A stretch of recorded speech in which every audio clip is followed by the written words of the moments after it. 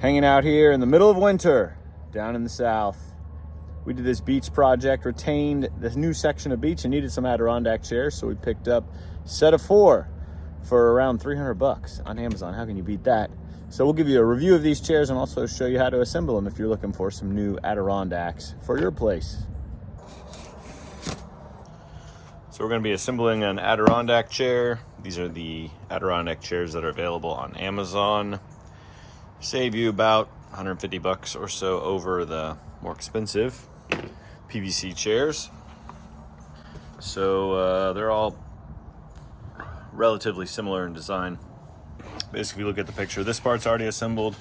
This part's already assembled. You're going to be assembling the legs and the arms onto these pieces. It takes about 30 minutes or so to assemble these. Pretty easy to do. They give you the tools that you need as well. We'll show you how to do it. First of all, you're going to open the package. It's got a red sticker that attaches to a little piece of string that shows you where the parts bag is right here, so you can find all the screws and all that. You can grab that out of there and just grab the pieces, lay them out.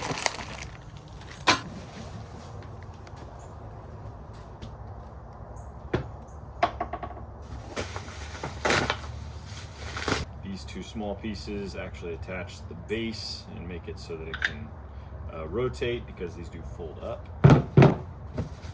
This is the front stretcher, the back stretcher, the bars that go across. These are the front legs with the pins. In the pack you get instructions.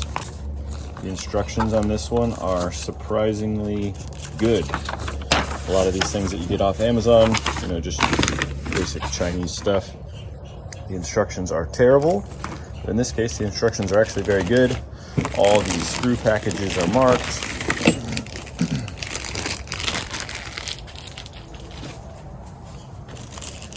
So they got the number on here, washers and nuts. That's number 6 and 7. When you come through the instruction manual and you come to any piece, it will tell you which number actually goes with that. So here, bolt number 3, you're just gonna look for the number 3 pack. So that makes it super easy. You don't have to go through and measure out what size the bolts are or anything like that. They do provide you with a wrench and an Allen wrench. One of the little hacks here that I did is I took one of the Allen wrenches, I cut it in half, chucked it up in my DeWalt drill, and then I also put the clutch on so that I won't break any of the plastic. And then I'm going to use this to run in all these bolts and nuts and stuff. The Allen wrench works fine, just takes a while, and sometimes because of the way the chair is set up, it's kind of hard to turn the Allen wrench up in there. So this is a little hack, or you can buy one of these as well at the hardware store if you want to. First thing you're going to do is grab these 2 bolts out. These are in the pack with the wrenches, and these are what you use to attach the cup holders. So the K cup holder, that's the one that looks like, it could hold a regular cup, is going on the D or right armrest. And you'll see when you lay it in there, it fits pretty nicely. Just take the bolt, run down through the hole, line the hole up, and tighten that. We're gonna do the same thing with the J cup holder. It's gonna fit right here in the E left side armrest.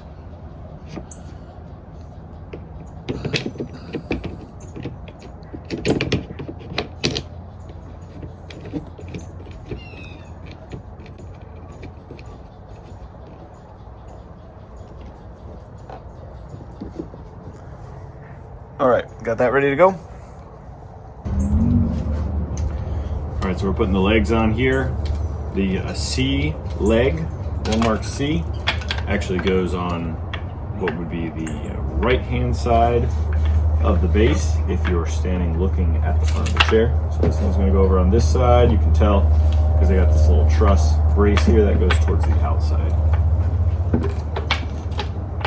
And with these, we're gonna use our bolts marked 4.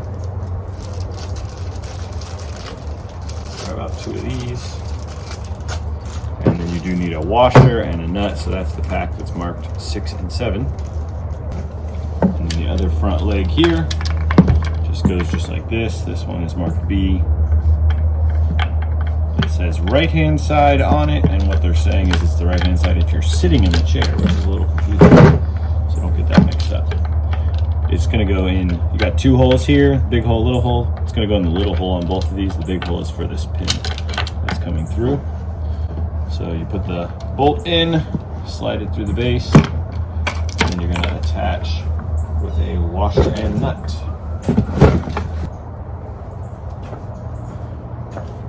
And then I've got that Allen chucked up here in my DeWalt drill. I've got the clutch set down to 13 so I don't crack the plastic. That will stop the drill when it gets tight. Just gonna tighten these two up.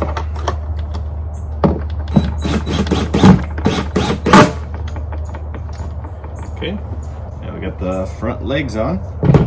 Moving on to the next step. Okay, next we're going to put on this front stretcher. That's the board going across the front. It lines up right here in these grooves. You have to adjust the seat a little bit.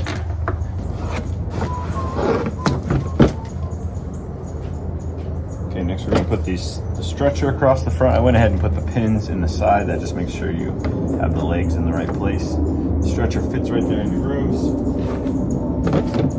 And you're going to use these 4 big screws here. It's nice to give you stainless hardware for all this, so we're not going to deal with rust.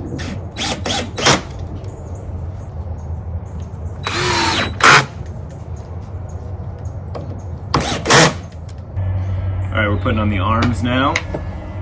Each of the arms, you got the legs here, the arms go on the outside of that. You can just kind of set them on the ground like this, line up the hole, the bolt goes from the inside through this hole into the arm, and then you've got washer and nut here on the outside. Use that 10 side of the wrench, hold the nut.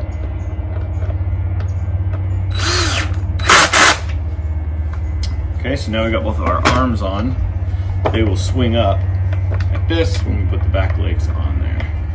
All right, next up, you grab the complete back. And you're gonna use these super long bolts, number 5. And this is gonna go through the arm, through the back, and then it gets a washer and a nut. The one thing that you'll notice here is the front leg and the back leg are not, well, really the front leg and this back portion are not in a straight line. So you do have to pull this arm in a little bit so that you can get the nut on it. So we're gonna put both of those in here and I'm gonna tighten them up. Okay, grab your wrench. Tighten those up.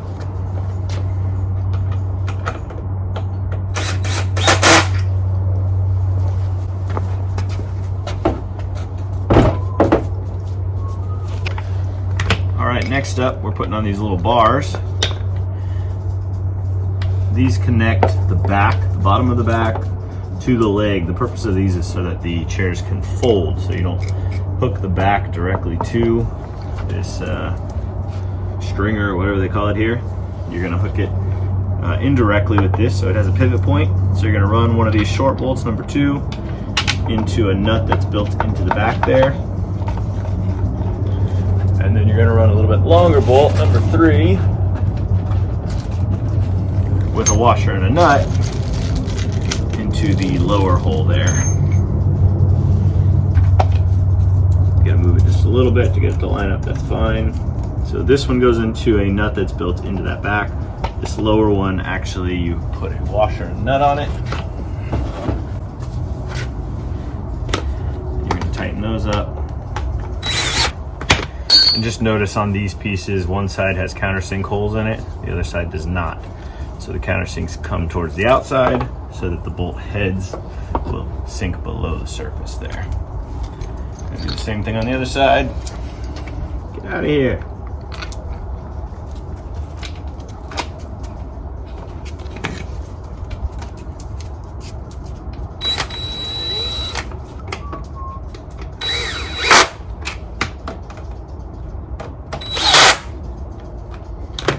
those are done. And the last thing we do is put the stretcher on the back. This one goes between the two back legs. It does have nuts built into it, so you just gotta line up the hole.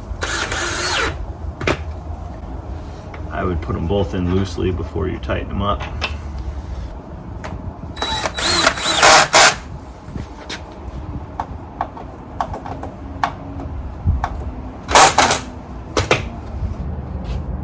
So then the last thing I do is just go around and make sure everything I put on is tight, because you've been kind of moving it around the whole time.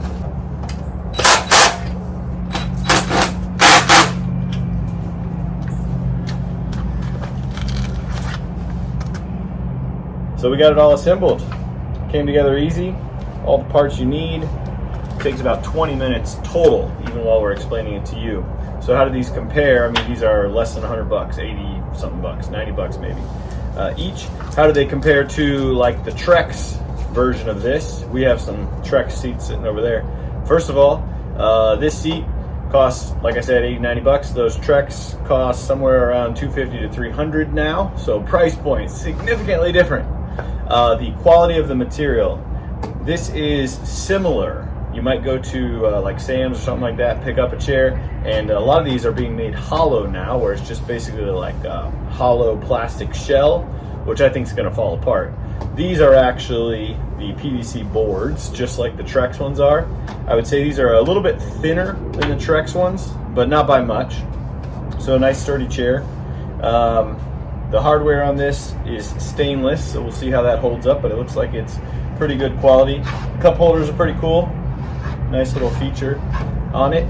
The seating position on these are a little bit narrower. I would say the Trex probably gives you 4 or so more inches in the seating area. So if you've got some larger people that are gonna be sitting in them, this says it's rated for up to 380 pounds. There's zero chance you're fitting a person who's 380 pounds in this. Because it is, you know, fits me pretty well, about probably 6'2", 220 or so. But any bigger than this is going to feel pretty tight. Also, the seating position in this is a little bit more upright. So sometimes in the Trex, you feel like you are laid a little further back. This one, the seating position is a little bit more upright, which, I mean, that's a preference thing. When I sit in this one, I think this is one I'm going to read a book in.